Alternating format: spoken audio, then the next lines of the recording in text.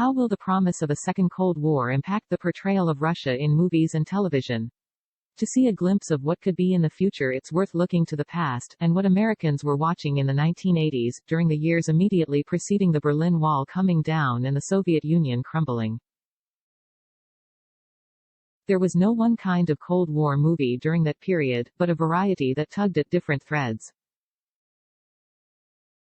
The plots ranged from traditional spy fare and stock, go-to villains to Soviet invasions of the U.S. to hopeful demonstrations of Russians and Americans finding common ground, even if their countries didn't. Others focused on the threat of nuclear annihilation, a concern exemplified by earlier movies like Failsafe and Dr. Strangelove, but brought to vivid life, and directly into living rooms, in the 80s. That last bracket included The Day After, a 1983 TV movie considered so provocative that the Reagan administration appealed to ABC not to broadcast it. Shown with limited commercial interruption because of the content, the movie drew a massive audience, a cultural moment captured, fittingly, in the FX series The Americans, which dealt with Soviet spies operating within the U.S. Testament, released the same year, offered a lower-key but no less devastating view of nuclear war's aftermath, while War Games provided a more Hollywood-friendly spin. Patrick Swayze, C. Thomas Howell and Charlie Sheen in the 1984 film Red Dawn. That period also included Red Dawn, in which teenagers defend the U.S. homeland from invading forces, and Amerika, an ABC miniseries that imagined a future America under Soviet-occupied control. Despite Cold War apprehensions, there were plenty of broadly entertaining films built against that backdrop. Rocky IV actually sees the title character win over the Russian crowd against towering Soviet champion Ivan Drago, while another Sylvester Stallone franchise, Rambo III, had the trained killing machine team up with brave Afghans against the Soviets. With its Spies Among Us hook, No Way Out was in a way an early version of The Americans, while Chevy Chase and Aykroyd co-starred in the 1985 comedy Spies Like Us.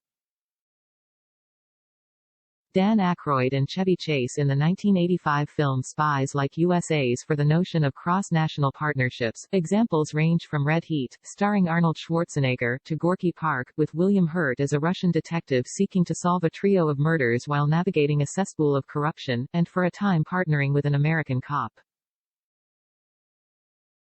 As Emma Piper-Burket wrote in a 2017 article for RogerEbert.com, while many 80s films incorporated Russians and Americans cooperating despite the political climate, after the dissolution of the USSR, however, Hollywood quickly resumed perpetuating its familiar trope of Russian bad guys.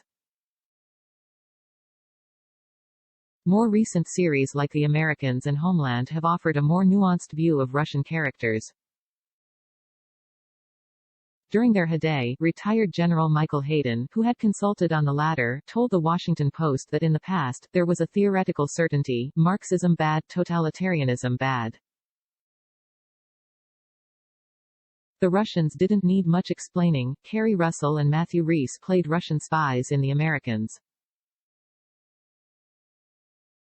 The question is where the Russian image goes from here. Michael Kackman, an associate professor of television at Notre Dame whose specialties include Cold War American culture, expressed hope that the stories of individual Russians wouldn't be lost in the rush toward broad strokes portrayals. Part of the tricky thing is in American popular culture Russians are imaginary people, or at least were during most of the Cold War, Kackman told. If the goal is greater understanding, he added, it's important to remember that Russia isn't just Putin, and to try to be reasonably empathetic about people living within that system.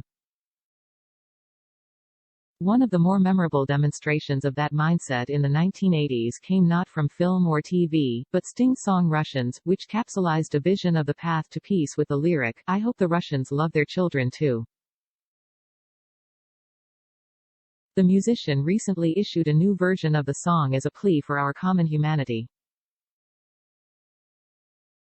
For the brave Ukrainians fighting against this brutal tyranny and also the many Russians who are protesting this outrage despite the threat of arrest and imprisonment. Because it can take years for an idea to become a movie or TV show, it's difficult to say now where recent events will lead. But if the 80s are any indication, and the content landscape has grown exponentially in the decades since, it won't fit in just one basket. The world is complicated, and we are too, Kackman said. All of those representations are in circulation together.